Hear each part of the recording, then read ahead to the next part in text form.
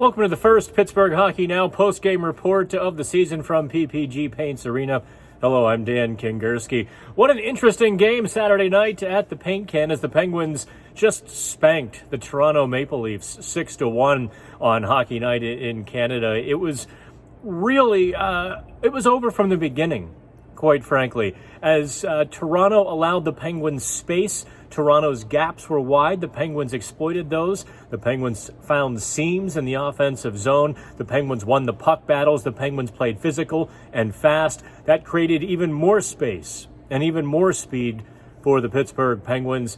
And before long, Toronto wasn't even in the game. Quite frankly, they looked like a team tanking to get rid of their coach. The Penguins got on the board with a power play.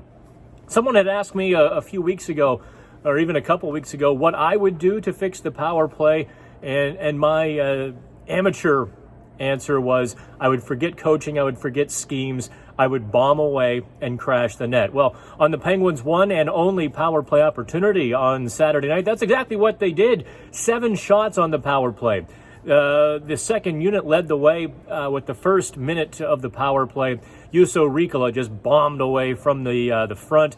Penguins had a couple rebound chances, and then the first unit hopped on, and Justin Schultz bombed away from the top. But once again, the pucks were getting through, the shots were not being blocked, and Jake Guentzel in the crease, playing that Patrick Hornquist role very well, actually just knocked it right around the goalie for the Penguins' first goal.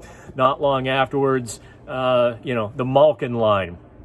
Evgeni Malkin looked absolutely spectacular on Saturday night, at least while the game was competitive. There was a moment in the first period in which Malkin was the trailer on the play. As he bolted into the zone, coming up the middle of the ice, you could hear him in the press box screaming, "Here, here, here." Malkin wanted the puck. Malkin really wanted the puck, not just on that play, but for the game as well.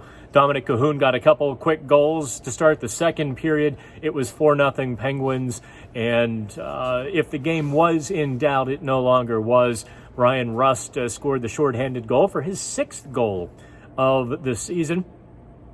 I'm still a little bit unsure of how much to make of this game. The Penguins have dominated their opponents, but they've not been scoring. Well, on Saturday night, they dominated and they scored, but it wasn't necessarily a very good effort from Toronto.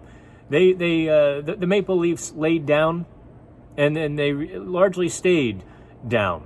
There were a couple of uprisings, a couple of moments in which Toronto pressured the Penguins, and I'll tell you what, Tristan Jarry looked spectacular. John Tavares had a couple looks against him, and Jarry just made a nifty glove save, an aggressive blocker save, and that was pretty much it. I asked Tristan Jarry after the game if he realized that was John Tavares 15 feet from him, point blank, turning to fire a wrist shot, and Jarry kind of smiled. He looked at me and said, "Well, no, not really. I face Sidney Crosby every day at practice." And that summed it up pretty well. The Penguins had another complete team effort, and this time the puck went in the net.